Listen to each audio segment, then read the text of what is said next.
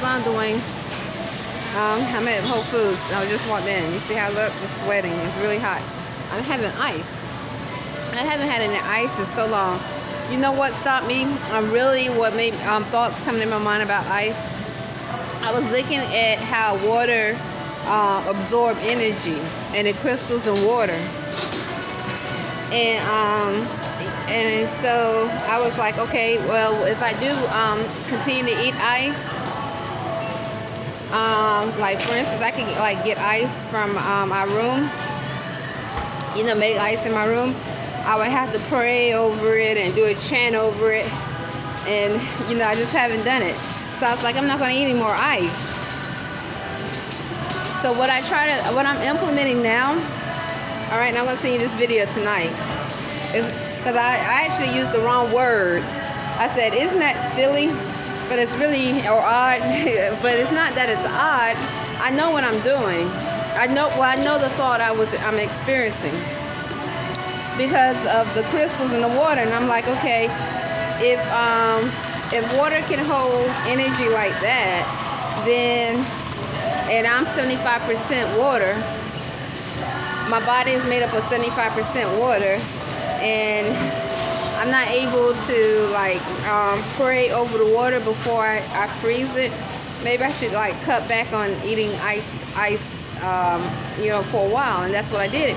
So what Imani and I, what we do now, a lot of times, not every time, we're still implementing this.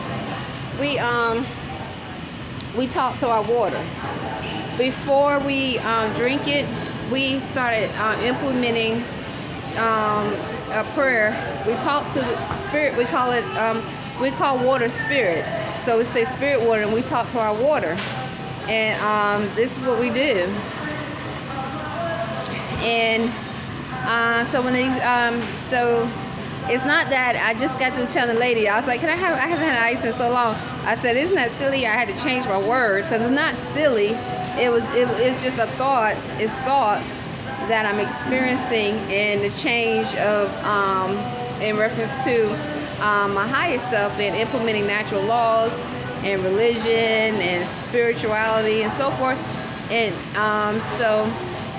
and one of the things in reference to health, in reference to my chemistry of the body and spirituality, is learning about the different crystals that are in water. So once again, knowing that my body is 75% water, I was like, okay, and I saw the video that I'm talking about is this video of this Japanese scientist, and I try to pronounce his name. I might not be able to recall his name right off, but I've watched the video before, and I watched other videos. He's not the only video, but he's one of the first videos I watched. And that's what caused me to start really trying to speak to the water that I consume, and communicate, because water is life, you know, and life is water. So energy is, I should say. Let me say that. I mean, my thoughts is life, so others might not see it as life, but it is to me. If the crystals can change through positive thinking, positive affirmations, speaking words of positive, different words, and the crystals change in the water, what does that tell you? That says a lot. So, because the video showed actually two different types of crystals in water. It showed water when you have a lot of negative energy around it.